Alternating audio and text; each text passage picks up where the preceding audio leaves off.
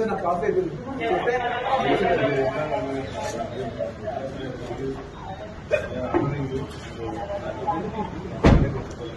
sir మీరు ఏం order చేస్తారు